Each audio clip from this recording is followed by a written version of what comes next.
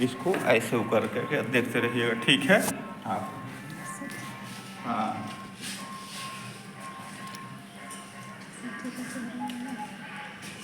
देखिए आज जिस विषय पर हम लोग को परिचर्चा करना है वह है गांधी जी के विचार और वर्तमान समय में उनके विचारों की प्रासंगिकता। आज हम लोग का विषय यही है, गांधी जी के विचार एवं वर्तमान समय में उनके विचारों की प्रासंगिकता, यही टॉपिक है। गांधी जी स्वतंत्रता आंदोलन के राष्ट्र नायकों में एक थे। निसंदेह भारतीय स्वतंत्रता आंदोलन के वह रीढ़ के हड्डी के समान थे। जिस तरह एक इंसान के शरीर में रीढ़ की हड्डी का विशेष महत्व होता है, उसी तरह गांधी जी स्वतंत्रता आंदोलन के पर्याय थे। और गांधी जी के बारे में कहा जाता है, गांधी जी एक व्यक्ति नहीं अपितु एक विचारधारा थे। और उनकी जो विचारधारा थी वह अन्याय के खिलाफ न्याय की बात करती थी, वर्ग विभेद के स्थान पर वर्ग सामंजस्य की बात करती थी। जहां उपनिवेशवाद में शोषण होता था वह शोषण से मुक्ति की बात करते थे। और गांधी जी पूरे जीवन काल में पूरे जीवन भर सत्य, अहिंसा, सत्याग्रह के माध्यम से अन्याय के खिलाफ न्याय के लिए, वर्ग विभेद के स्थान पर वर्ग सामंजस्य के लिए, शोषण औपनिवेशिक दासता के स्थान पर स्वतंत्रता के लिए, नस्लवाद के स्थान पर समता के लिए लड़ते रहे। गांधी जी एक ऐसे महामानव थे जिनका पूरा जीवन मानवता के लिए, मानवता और जन कल्याण के लिए बीता। गांधी जी का जन्म 2 अक्टूबर 1869 को सौराष्ट्र के काठियावाड़ की रियासत रही, वहाँ पर पोरबंदर नामक स्थान पर होता है। और इनकी शिक्षा दीक्षा सौराष्ट्र में होती है। फिर कानून और की पढ़ाई के लिए इंग्लैंड जाते हैं। और इंग्लैंड में उन्होंने पहली बार देखा नस्लवाद क्या होता है और जो काले गोरों की समस्या क्या है उसको देखा। इसके बाद अपने एक सहयोगी अब्दुल्ला के मुकदमे की सुनवाई के लिए वह साउथ अफ्रीका भी जाते हैं। और अफ्रीका में उन्हें जाति, नस्लीयता या काले और गोरों की समस्या का शिकार होना पड़ता है। और वहाँ से लगभग लंबे अंतराल के बाद 1915 में यह स्वदेश लौटते हैं। यहाँ पर इनकी मुलाकात वो महाराष्ट्र के कोल्हापुर के एक नेता थे गोपाल कृष्ण गोखले, और गोखले से मुलाकात होती है। और गोखले प्रभावशाली व्यक्ति थे और गोखले के कहने पर यह भारत की राजनीति में आते हैं। और गांधी जी का पहला जो सत्याग्रह होता है वह चंपारण का होता है। कहाँ का होता है? चंपारण का। चंपारण आधुनिक बिहार राज्य में स्थित है। मार्च 1917 में वहाँ की एक समस्या थी तिनकठिया, और मार्च 1917 में गांधी जी चंपारण की यात्रा पर जाते हैं। और चंपारण की यात्रा पर जाते हैं। चंपारण आधुनिक बिहार राज्य में स्थित है। वहाँ के किसानों के साथ अंग्रेजी हुकूमत ने एक समझौता किया था। उस समझौते के तहत कुल जमीन का 3/20 भाग पर किसानों को नील क्षेत्र का उत्पादन करना अनिवार्य था। और वहाँ के किसान नील का उत्पादन करते थे और इंग्लैंड को दे देते थे। और इंग्लैंड क्या करता था? जर्मनी को भेजता था। और 1914 से 1918 तक दुनिया में प्रथम विश्व युद्ध चालू हो गया। और प्रथम विश्व युद्ध चालू हो गया, ऐसे में प्रथम विश्व इंग्लैंड और जर्मनी आपस में लड़ रहे थे। और इंग्लैंड के द्वारा खरीदा गया नील का माल जर्मनी लेने से इनकार कर देता है। इन्हीं परिस्थितियों में वहाँ के किसानों को नील की बिकवाली भी नहीं हो पाई और किसानों को लागत मूल्य भी नहीं मिल पाया। और एक गांधीवादी नेता थे राजकुमार शुक्ला, और उन्हीं के बुलावे पर गांधी जी मार्च 1917 में चंपारण की यात्रा पर जाते हैं। और गांधी जी के साथ लगभग बहुत से सहयोगी इसमें डॉक्टर राजेंद्र प्रसाद थे, अच्युत पटवर्धन थे, मीनू मसानी थे, जयप्रकाश नारायण रहे, डॉक्टर राम मनोहर लोहिया रहे। इनके साथ मिलकर गांधी जी पहली बार चंपारण सत्याग्रह में जाते हैं और चंपारण सत्याग्रह में को यह सफल बनाते हैं और वहां के किसानों की तिनकठिया समझौते को रद्द कराने में उन्होंने कामयाबी पाई। और गांधी जी का दूसरा बड़ा सत्याग्रह था वह अहमदाबाद का था। क्या था? अहमदाबाद। अहमदाबाद के वहां के मिल मालिकों की समस्या थी। क्या समस्या थी? मिल मालिकों की समस्या थी और गांधी जी ने अहमदाबाद टेक्सटाइल एसोसिएशन का गठन किया और वहां के अहमदाबाद टेक्सटाइल एसोसिएशन के बैनर तले गांधी जी वहां की समस्या को उठाया और वे लोग बोनस वृद्धि में मांग कर रहे थे, उनको बोनस वृद्धि को दिलवाने में सफलता पाई। और तीसरी समस्या थी खेड़ा की समस्या थी।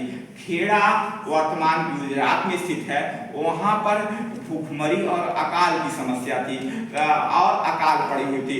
वहां के किसान कर में छूट ज्यादा है, राजस्व जो लगान लेते थे उनके कर में छूट लेना चाहते थे और कर में छूट लेना चाहते थे। गांधी जी ने अपने सत्याग्रह के माध्यम से वहां के अकाल पीड़ितों को लगान से छूट दिलाया। यानी गांधी जी के पहले 3 सत्याग्रह अहमदाबाद, चंपारण और खेड़ा रहे। या तीनों में गांधी जी को अभूतपूर्व सफलता मिली और गांधी जी को अभूतपूर्व सफलता मिली। और इसके बाद 1919 में एक कांड होता है जिसे हम इतिहास के पन्ने पर जलियांवाला बाग कांड कहते हैं। 13 अप्रैल 1919 को पंजाब के अमृतसर के जलियांवाले बाग में यह कांड होता है। अब थोड़ा सा जब जलियांवाला बाग कांड की बात हो रही है थोड़ा उसकी पृष्ठभूमि को महोदय प्रिय बच्चे जान जाए। जलियांवाला बाग क्या था? जलियांवाला बाग कांड था क्या? एक अंग्रेज अधिकारी था सर सडिसन ने उत्तर भारत में क्रांतिकारी गतिविधियां जो बढ़ रही थी उन क्रांतिकारी गतिविधियों को रोकने के लिए एक काला कानून लाया था जिसे हम इतिहास के पन्ने पर रौलट एक्ट कहते हैं। इसमें अंग्रेजों को इतना ज्यादा अधिकार था, बिना जांचे, बिना परखे, बिना सुने किसी को बंदी बना सकते थे, किसी के ऊपर गोली चला सकते थे। इसलिए मोतीलाल नेहरू ने कहा था यह काला कानून बिना अपील, बिना दलील, बिना वकील का कानून था। यानी पूरे देश में रौलट एक्ट के खिलाफ गिरफ्तारियां दी जा रही थी। सबसे बड़ी गिरफ्तारी पंजाब के अमृतसर के जलियांवाले बाग में चल रही थी और पंजाब के अमृतसर के जलियांवाले बाग में चल रही थी और क्योंकि गांधी जी को पंजाब जाने से रोक लगा था, ऐसे में गांधी जी के 2 अनुयायी डॉक्टर सत्यपाल और सैफुद्दीन वहां पर नेतृत्व कर रहे थे। उस समय पंजाब का जो डिप्टी गवर्नर था माइकल ओडायर उसे और वहां की जनता और जो आक्रोशित जनता थी उसके भीड़ को देख करके लगभग 20,000 से ज्यादा आबादी थी और उसकी 1919 में उसको देख करके यह लगने लगा यह विरोध प्रदर्शन कहीं 1857 की क्रांति का तो रूप न ले और सारे बागीचों को नाकेबंदी कराता है और निर्दोष भारतीय जो अपने मांग और अधिकारों के लिए संघर्ष कर रहे थे, रौलट एक्ट के काले कानून का विरोध कर रहे थे, उनके ऊपर अंधाधुंध गोलियां चलवाया जिसमें हजारों की संख्या में लगभग 3000 भारतीय लोग, निर्दोष भारतीयों की जाने जाती हैं। इतिहास के पन्ने पर यह काला दिन जलियांवाले बाग कांड के नाम से जाना जाता है। इतिहास के पन्ने पर यह कांड जलियांवाले बाग कांड के नाम से जाना जाता है। 13 अप्रैल 1919 को होता है और अंग्रेजों ने बाकायदे इसके लिए कमेटी का गठन किया। अंग्रेजों ने हंटर कमीशन का गठन किया और हंटर कमीशन का गठन किया और उसमें यह बताया गया, इसमें लगभग 350 से ज्यादा निर्दोष भारतीयों की जाने गई, जबकि हकीकत था हजारों भारतीय लोग इसमें मारे गए, हजारों भारतीय लोग इसमें मारे गए। और इसके बाद भारतीय राष्ट्रीय कांग्रेस के लोगों ने मोतीलाल नेहरू की अध्यक्षता में कमेटी का गठन किया और एक कमेटी मदन मोहन मालवीय की अध्यक्षता में बनी। दोनों ने जलियांवाला बाग नरसंहार की निंदा की और मुस्लिम समाज के लोगों ने तहकीकात कमेटी का गठन किया और इस कमेटी ने भी जलियांवाला बाग कांड में 3000 से ज्यादा मारे गए निर्दोष लोगों की निंदा की। और इसका परिणाम क्या रहा? भारत में जितने भी बड़े बड़े राष्ट्रवादी रहे, वह राष्ट्रवादी आचार्य गुरुदेव रविन्द्रनाथ टैगोर को ले लें। टैगोर ने जलियांवाला बाग कांड के बाद नायक की उपाधि वापस कर दी और गांधी जी ने को भी कई भोवर पदक वगैरह मिले हुए थे, गांधी जी ने भी अपने कई सम्मानों को वापस कर दिया था। अब जो गांधी जी प्रारंभ में अफ्रीका से वापस आने के बाद गांधी जी गोखले के कहने पर भारत की राजनीति में आए। उनका सत्याग्रह चंपारण, अहमदाबाद और खेड़ा तक सीमित था। अब जलियांवाला बाग कांड गांधी जी को अंतरराष्ट्रीय स्तर पर ले गया। यानी गांधी जी को जलियांवाला बाग कांड के बाद गांधी जी की लोकप्रियता जो मात्र चंपारण, अहमदाबाद, खेड़ा तक सीमित थी, अब गांधी जी राष्ट्रीय संघर्ष करने वाले व्यक्ति बन गए और गांधी जी की लोकप्रियता में भारी वृद्धि हुई। इसीलिए रामधारी सिंह दिनकर ने का लिखा है, वो भारतीय स्वतंत्रता आंदोलन के इतिहास में 1920 से 1947 तक का समय गांधीवादी के नाम से जाना जाता है। यानी वो भारत की राजनीति में 1920 से 1947 तक का समय वह गांधीवादी युग के नाम से जाना जाता है। अब एक इतिहासकार रही कैम्ब्रिज की जूडिथ ब्राउन ने से जब पूछा गया तो गांधी जी की लोकप्रियता कैसे इतनी बढ़ गई, तो गांधी जी की लोकप्रियता में जूडिथ ब्राउन ने एक किताब लिखी है, Gandhi ji to write. Gandhi ji to write में उन्होंने दिखाने की कोशिश किया है गांधी जी से पहले जो नेता थे, या गोपाल कृष्ण गोखले हो महाराष्ट्र में सीमित थे, सुरेंद्रनाथ बनर्जी हो बंगाल में सीमित थे, रविन्द्रनाथ टैगोर थे वह भी बंगाल में सीमित थे, लाला लाजपत राय पंजाब में सीमित थे और जो भी खान अब्दुल गफ्फार जो थे खान अब्दुल गफ्फार थे वह भी काला सीमांत क्षेत्रों में लोकप्रिय थे।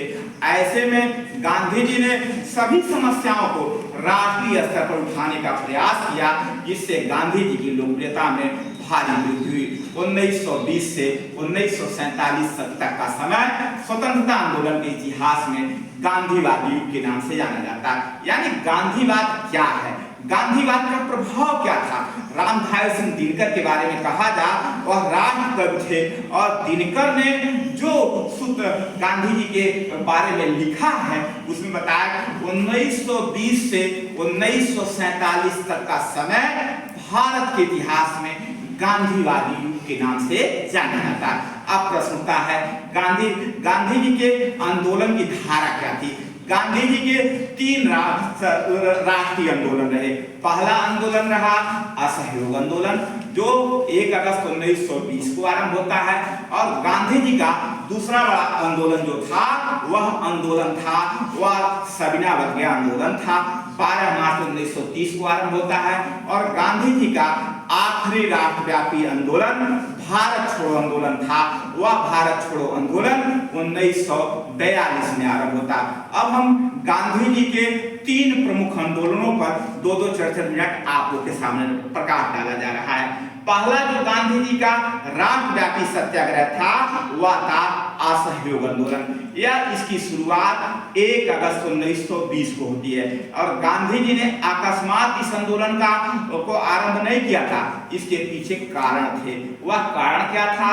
पहला कारण था 13 अप्रैल 1919 को जलियांवाला बाग का नरसंहार, इसे हम लोग अभी ने देखा है।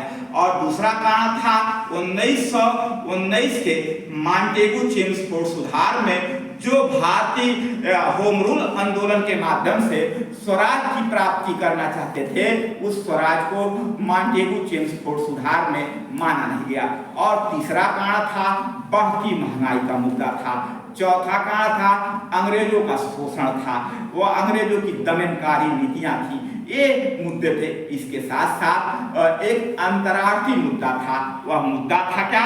तो प्रथम विश्व युद्ध के बाद इंग्लैंड विजेता राष्ट्र था, ब्रिटेन, और उसके खिलाफ जो राष्ट्र लड़ा था उसका नाम था टर्की। क्या नाम था? टर्की। और टर्की के शासक को खलीफा का दर्जा मिला हुआ था, और टर्की के शासक को खलीफा का दर्जा मिला हुआ था। और प्रथम विश्व युद्ध के बाद अंग्रेजों ने टर्की के सुल्तान खलीफा की पदवी को समाप्त कर दिया और टर्की के ऑटोमन साम्राज्य को छिन्न भिन्न कर दिया। इसका परिणाम यह हुआ कि दुनिया के मुस्लिम देश क्या हो गया? आक्रोशित हो गए, और भारत में भी इसका प्रभाव देखा गया। और गांधी जी को लगने लगा हम भारत को स्वराज तभी दिला सकते हैं जब हिंदू और मुस्लिम एक मंच पर आए। इसीलिए गांधी जी ने अपने भजन रघुपति राघव राजा राम ईश्वर अल्लाह तेरो नाम के माध्यम से हिंदू और मुस्लिमों को एक मंच पर स्थापित करने पर बल दिया। लेकिन गांधी जी का यह महज छलावा दिखा, क्योंकि हिंदू समाज की खान पद्धति अलग है, मुस्लिम समाज की खान पद्धति अलग है, हिंदू समाज के रीति रिवाज अलग हैं, मुस्लिम समाज के रीति रिवाज अलग हैं, हिंदू समाज की विवाह की पद्धति अलग है, मुस्लिम समाज की विवाह की पद्धति अलग है, हिंदू समाज की दिनचर्या क्रियाकलाप अलग है और इस्लाम धर्म का क्रियाकलाप दिनचर्या अलग है।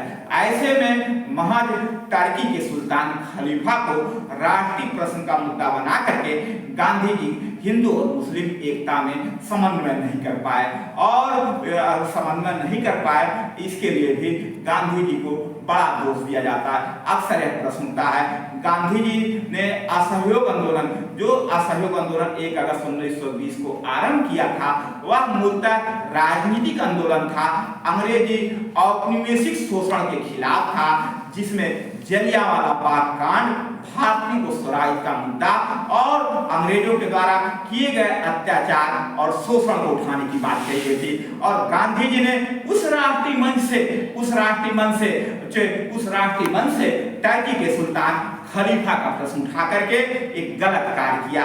इसके बारे में रोशनबेग जैसे इतिहासकारों ने भी इसकी भी चर्चा किया है। यानी गांधी जी ने असहयोग आंदोलन के माध्यम से जिस मुद्दे को उठाया वह धार्मिक मुद्दा था, सांप्रदायिक मुद्दा था। और गांधी जी को असहयोग आंदोलन में व्यापक सफलता मिली। इतने छात्र थे, इतने स्कूली बच्चे थे, अंग्रेजी विद्यालयों का बहिष्कार कर दिया इसके तहत। और अंग्रेजों के द्वारा प्रदत्त उपाधियां थी, सम्मान था, इसको भी उन्होंने लौटा दिया। भारत के किसान तब तक नहीं लगान दिए जब तक उनके कर को नहीं माफ कर दिया गया, और देशी रियासतों ने को जब तक उनको नहीं विरोध प्रदर्शन करते रहे, जब तक उनकी मांगों को नहीं माना गया। यानी इस सब मुद्दों को लेकर के देशव्यापी सफलता मिली और देश भर में गिरफ्तारियां दी गई। परंतु 4 फरवरी 1922 को गोरखपुर के समीप एक स्थान है चौरी चौरा। क्या नाम है? चौरी चौरा। 4 फरवरी 1922 को चौरी चौरा में एक कांड होता है, जिसमें भारत की जो निर्दोष जनता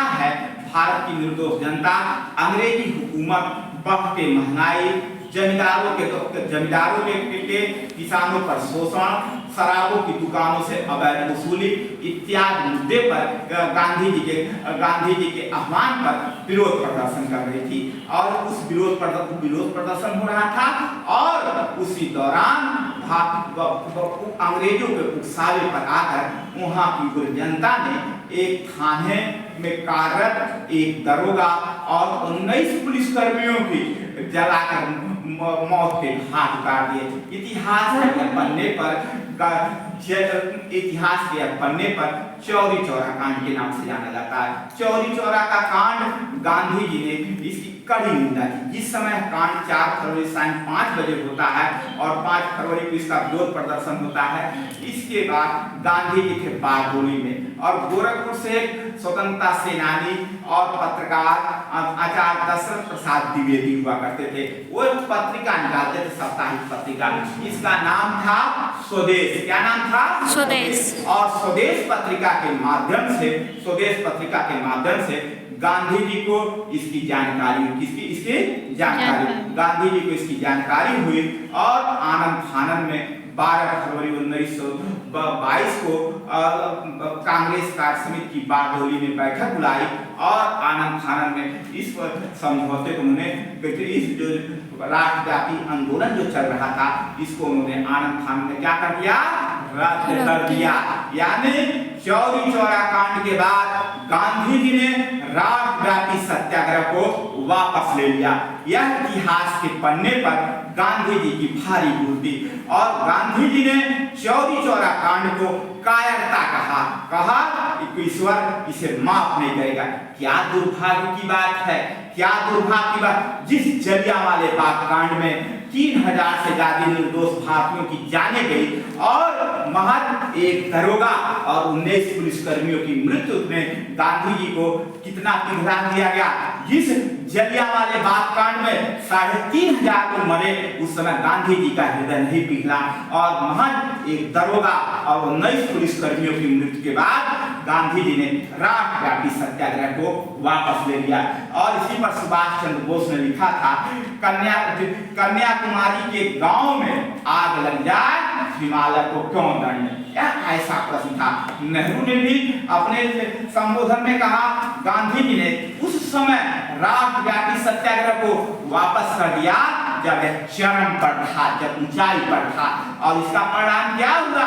इसका परिणाम यह हुआ, गांधी जी की लोकप्रियता जिस जलियांवाले बाग कांड ने फर्श से अर्श तक पहुंचा दिया, ऊंचाई तक पहुंचा दिया, और चौरी चौरा कांड के बाद गांधी जी की लोकप्रियता आसमान से सीधे नीचे आ गई, फर्श पर आ गई।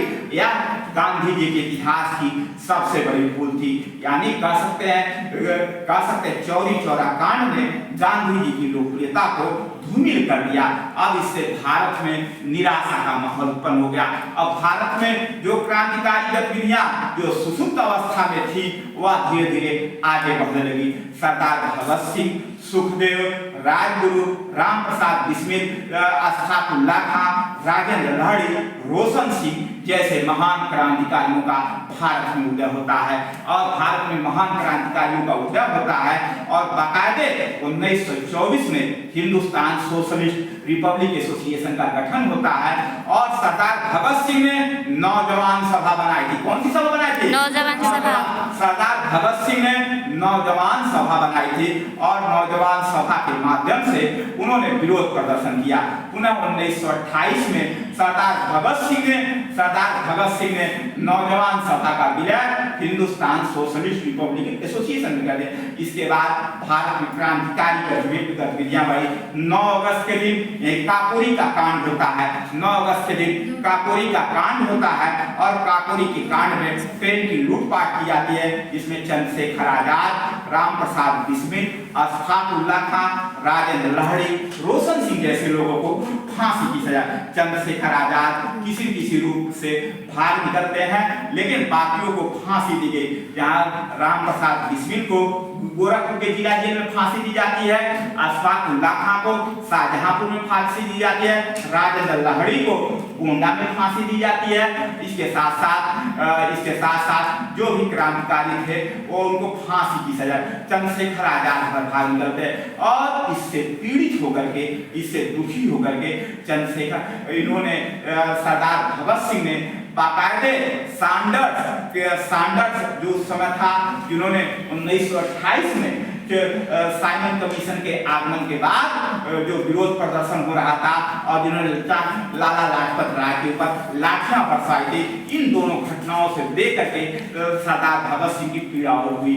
और सरदार भगत सिंह मात्र 11 वर्ष की उम्र में लाहौर कॉलेज के छात्र थे जब जलियांवाला बाग कांड होता है और लाहौर कॉलेज को त्याग करके वह स्वतंत्रता आंदोलन में कूद पड़ते हैं। गांधी जी के पहले परम सहयोगी थे, फिर बाद में गांधी जी के साथ उनके मतभेद हो जाते हैं। क्या हो जाते हैं? मतभेद।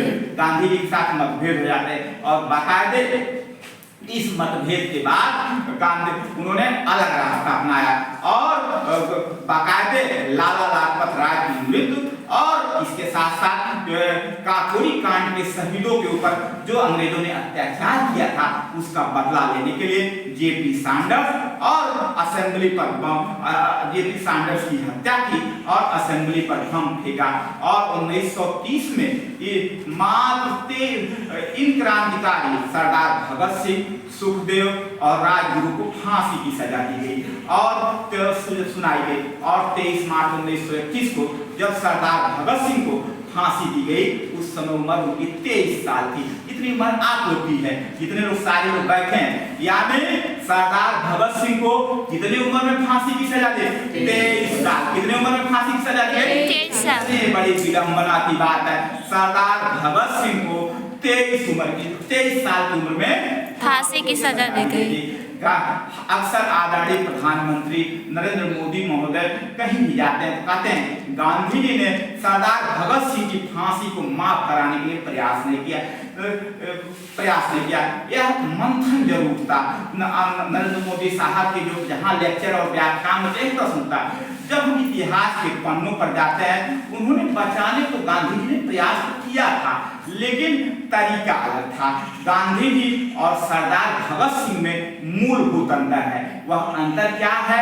वह अंतर है, गांधी जी भी भारत को स्वतंत्र कराना चाहते थे, सरदार भगत सिंह भी भारत को स्वतंत्र कराना चाहते थे, लेकिन सरदार भगत सिंह क्रांतिकारी गतिविधियों के माध्यम से हिंसा और भय का वातावरण पैदा करके भारत को स्वतंत्र कराना चाहते थे, जबकि गांधी जी की स्वतंत्रता का माध्यम सत्य, अहिंसा और सत्याग्रह के माध्यम से करना चाहते थे।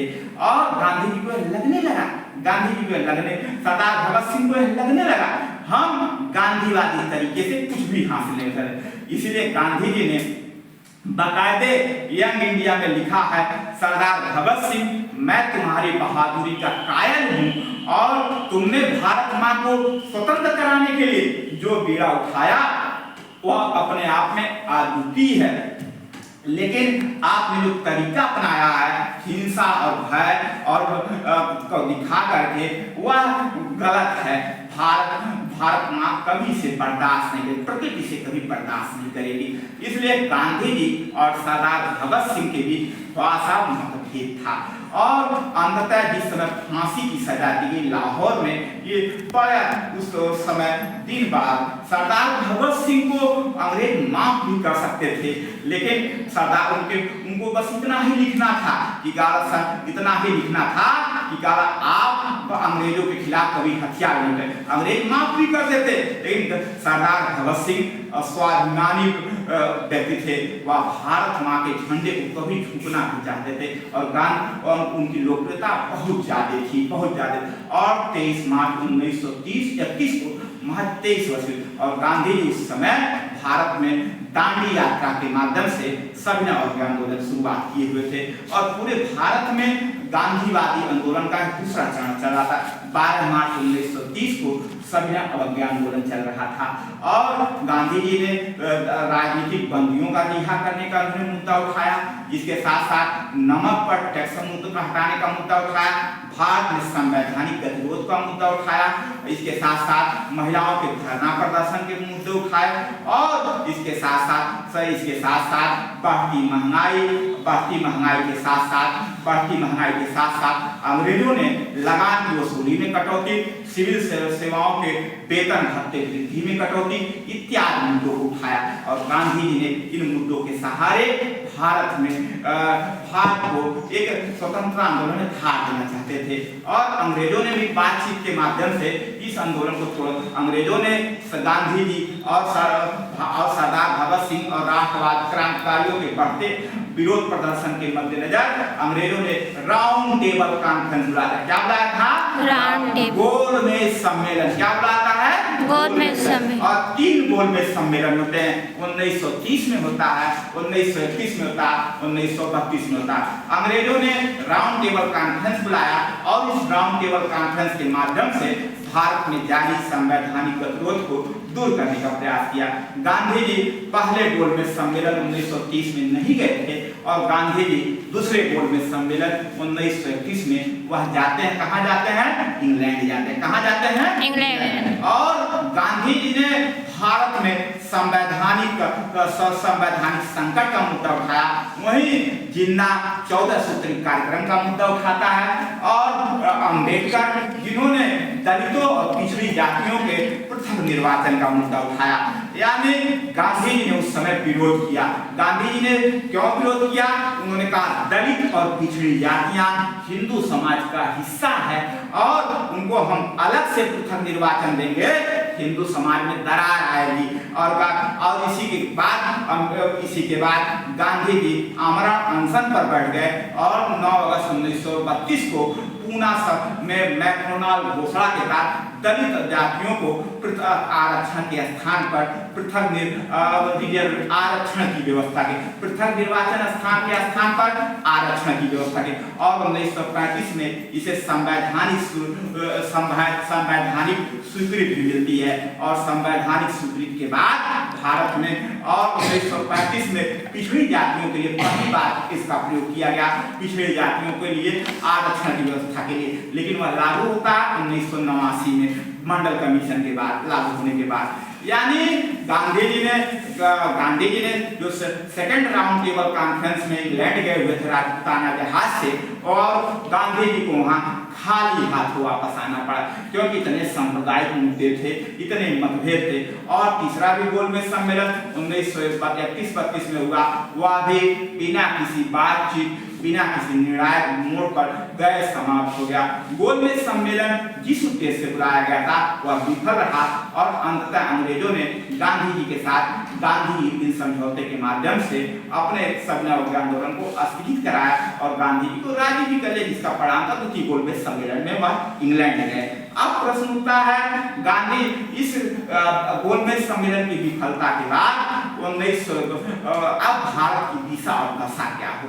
ऐसे में एक 1939-39 का जो अधिनियम आता है, इस 35 के अधिनियम के तहत भारतीयों को चुनाव लड़ने और मतदान देने का अधिकार दिया गया और 1937 में कुल 11 प्रांतों में चुनाव होते हैं और 11 प्रांत और लगभग 7 प्रांतों में कांग्रेसी हुकूमत भी बनती है। और उसके बाद 1939 में बिना अंग्रेजों से, बिना भारतीय जनता से पूछे, बिना कांग्रेस से पूछे भारत की ब्रिटिश सरकार ने अंग्रेजों का साथ दिया। इससे भारत की 11 राज्यों की सरकारें ने इस्तीफा दे दिया। इसी को मुक्ति दिवस कहा गया और 1939 से 45 तक दुनिया में सेकंड वर्ल्ड वार हुआ और सेकंड वर्ल्ड वार हुआ यह साम्राज्यवाद और उपनिवेशवाद सैन्यवाद के खिलाफ संघर्ष का नाम है। यानी सेकंड वर्ल्ड वार 1939 से 45 तक चला, जिसके मूल में बढ़ता सैन्यवाद, तानाशाही, नाजीवाद और फांसीवाद को देख सकते हैं और इसके साथ साथ साम्राज्यवाद को देख सकते हैं और राष्ट्रसंघ की विफलता को देख सकते हैं। और बाद के विद्वानों ने जब कोरोना काल आया उसमें स्पेनिश फ्लू को भी नाम दिया कि स्पेनिश फ्लू भी या सेकंड वर्ल्ड वार का कारक हो साबित हो गया। स्पेनिश फ्लू को भी देखा गया। यानी उसी दौरान दुनिया के देश भारत को स्वतंत्र कराने के लिए बीड़ा उठाए हुए थे। भारत को स्वतंत्र कराने के लिए अंग्रेजी हुकूमत पर दबाव डाल रहे थे। रूजवेल्ट उस समय ब्रिटेन के तत्कालीन प्रधानमंत्री विंस्टन चर्चिल को पत्र लिखा था और विंस्टन चर्चिल को पत्र लिखा कि भारत को स्वतंत्र कर दिया जाए। लेकिन और इधर जापान भी 1931 के मंचूरिया संकट के बाद जापान एक विश्व ताकत के रूप में उभर रहा था और जापान की बढ़ती ताकत और जापान की साम्राज्यवादी नीति से गांधी जी प्रभावित दुखी होकर के गांधी जी ने अंग्रेजों से आह्वान किया, हे अंग्रेजों, तुम भारत को छोड़ो भारतीयों के लिए न कि जापानियों के लिए। और बाकायदे जुलाई 1942 में मुंबई के समीप वर्धा में कांग्रेस कमेटी की बैठक होती है और इस कांग्रेस कमेटी की बैठक के बाद गांधी जी ने राष्ट्रव्यापी सत्याग्रह को राष्ट्रव्यापी भारत छोड़ो आंदोलन को उन्होंने एक प्रस्ताव दिया और उसको बाकायदे 8 अगस्त 1942 को गांधी जी ने मुंबई कांग्रेस समिति की अधिवेशन में इसे बाकायदे पारित भी करवा दिया। अगले दिन 9 अगस्त 1942 को भारत छोड़ो आंदोलन की शुरुआत होती है। पूरे भारत में अंग्रेजी हुकूमत के खिलाफ विरोध प्रदर्शन हुए और अंग्रेजों को लगने लगा कि अब उनका शासनकाल बहुत दिनों तक नहीं आ पाएगा और अब बहुत दिनों तक नहीं चल पाएगा और अंततः 1946 में भारत इंग्लैंड में सत्ता का परिवर्तन हुआ। विंस्टन चर्चिल की हार हो गई और उसके जगह क्लीमेंट एटली प्राइम मिनिस्टर। और सेकेंड वर्ल्ड वॉर के बाद ब्रिटेन की स्थिति इतनी मजबूत नहीं रही तो भारत को और दिनों तक गुलाम बनाए रख सकता। इन्हीं परिस्थितियों में भारत की स्वतंत्रता का मार्ग प्रशस्त होता है। 15 अगस्त 1947 को भारत स्वतंत्र हो जाता है और दुर्भाग्य की बात है, जिस गांधी ने पूरे देश के लिए अपना प्राण खून दे दिया, स्वतंत्र भारत में वो ज्यादा दिन नहीं जी सके। 6 महीने के बाद उनकी हत्या हो जाती है। यानी गांधी ने संघर्ष किया, वह शोषण के खिलाफ किया, अन्याय के खिलाफ किया, अत्याचार के खिलाफ किया। क्या आज के दौर में गांधीवादी मूल्य प्रासंगिक हैं? जी हाँ, प्रासंगिक हैं, बहुत प्रासंगिक हैं। कैसे प्रासंगिक हैं आप कैसे देख सकते हैं? आज पूरे देश दुनिया भर में गांधीवादी मूल्यों के खिलाफ संघर्ष चल रहे हैं। आप आंग सान सूची को ले लें, बराक ओबामा को ले लें, दलाई लामा को ले लें, यह पूरे दुनिया में संघर्ष की गाथा के रूप में देखा जा रहा है। यानी गांधीवादी मूल्य आप आज भी प्रासंगिक हैं। इसके बारे में कहा जा सकता है गांधी जी ने उपनिवेशवाद के दौर में संघर्ष किया। आज का दौर वैश्वीकरण का दौर है। वैश्वीकरण भी उपनिवेशवाद का एक रूप है, जहां वैश्वीकरण में उपनिवेशवाद में एक मजबूत शक्तिशाली राष्ट्र के द्वारा छोटे राष्ट्र पर जबरन कब्जा करके उसके प्राकृतिक संसाधनों का शोषण किया जाता था। वहीं वैश्वीकरण के दौर में एक बड़ा देश छोटे देश के बाजारों पर कब्जा करके उसके संसाधनों का शोषण करता है। आज उससे निपटने के लिए गांधीवादी मूल्य हमें प्रासंगिक है और गांधी जी ने महिलाओं को स्वतंत्रता आंदोलन में लाया, इसकी बड़ी भूमिका है। गांधी जी ने छुआछूत को मिटाने, अस्पृश्यता को मिटाने का काम किया, इसकी भी बड़ी भूमिका है। और गांधी जी ने अन्याय अत्याचार के खिलाफ संघर्ष किया, इसकी भी बड़ी भूमिका है। हम गांधीवादी मूल्य को कहीं नहीं आत्मसात कर सकते, आज भी वर्तमान दौर में प्रासंगिक है।